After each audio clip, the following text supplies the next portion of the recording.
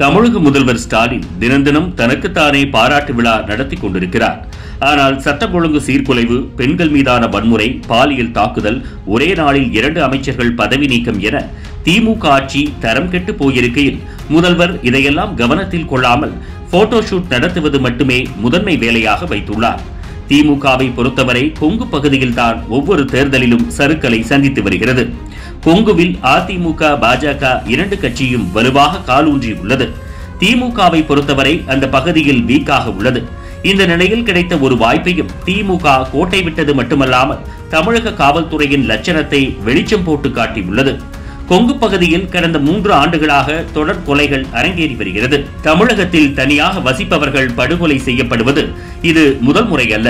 ஆனால் மூதாட்டியை குறிவைத்து கொலை செய்வது அதிர்ச்சியை கிளப்பியது.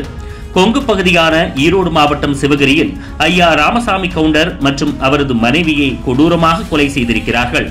திருப்பூர் மாவட்டம் சேனாதிபாளையம் கிராமத்தில் ஆடு மேய்க்க சென்ற முதிய தம்பதியினரான வேலுச்சாமி, சாமியாத்தாள் ஆகியோர் பட்டப்பகலில் மர்மமான முறையில் அடித்து கொலை செய்யப்பட்டதும் பெரும் அதிர்ச்சியை ஏற்படுத்தியது. இந்த நிலையில்தான் பாஜக முன்னாள் மாநில தலைவர் அண்ணாமலை குற்றவாளிகளை கைது செய்யவில்லை என்றால் தொடர் உண்ணாவிரத போராட்டத்தில் ஈடுபட போவதாக கூறினார். காவல்துறையும் 3 குற்றவாளிகளை விரைந்து கைது செய்தது.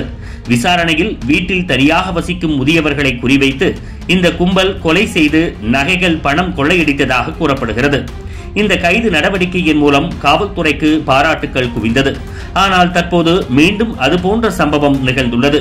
மேலும் பரபரப்பை ஏற்படுத்தியது. நாமக்கல் மாவட்டம் சித்தம்பூண்டி கிராமத்தைச் சேர்ந்த சாமியாத்தாள் என்ற மூதாட்டி தனது தோட்டத்து வீட்டில் கொள்ளையர்களால் படுகொலை செய்யப்பட்டார். இதனால் காவல்துறையினர் குற்றவாளிகளை கைது செய்த பின்பும் இதே போன்று சம்பவம் நடப்பதால் உண்மையான குற்றவாளியை தான் காவல்துறை கைது செய்ததா என்ற சந்தேகம் பலரிடமும் எழுந்தது.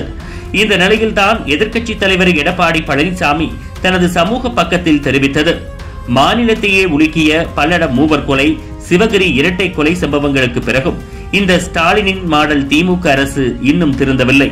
தமிழகத்தின் மேற்கு மாவட்டங்களில் தோட்டத்து வீடுகளில் உள்ள விவசாயிகளை குறிவைத்து நடத்தப்படும் இந்த கொலை கொள்ளை சம்பவங்களை தடுக்க இந்த திமுக அரசு என்ன நடவடிக்கை எடுத்தது?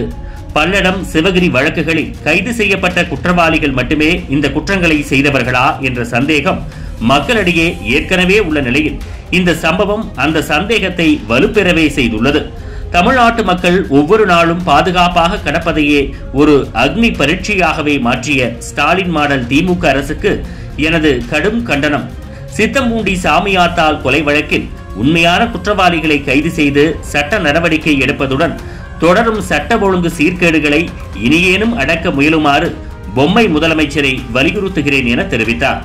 இதனால் தற்போது காவல்துறை கைது செய்த நபர்கள் உண்மையான குற்றவாளிகள் இல்லை என்றும் அவசரமாக காவல்துறை வேறு நபர்களை பிடித்து ஒப்புக்கொள்ள கட்டாயப்படுத்தி இருப்பதாக கூறப்படுகிறது. தேர்தல் நேரத்தில் இந்த சம்பவம் கொங்கு பகுதியில் எதிரொலித்தால் திமுகவுக்கு இந்த முறையும் வாய்ப்பில்லை என்றே கூறப்படுவதால் ஸ்டாலின் கலக்கத்தில் இருந்து வருவதாக சொல்லப்படுகிறது. இதுபோன்று முக்கிய நிகழ்வுகள், அரசியல் தகவல்களை ஆழமாகவும் மாறுபட்ட கோணத்திலும் அறிந்து கொள்ள மறக்காமல் உங்கள் IND தமிழ் 24x7 பக்கத்தை பின்பற்றிக் கொள்ளவும். உங்கள் ஒவ்வொரு ஆதரவும் இதுபோன்று பல நிகழ்வுகளின் பின்னணியை அறிய உதவும்.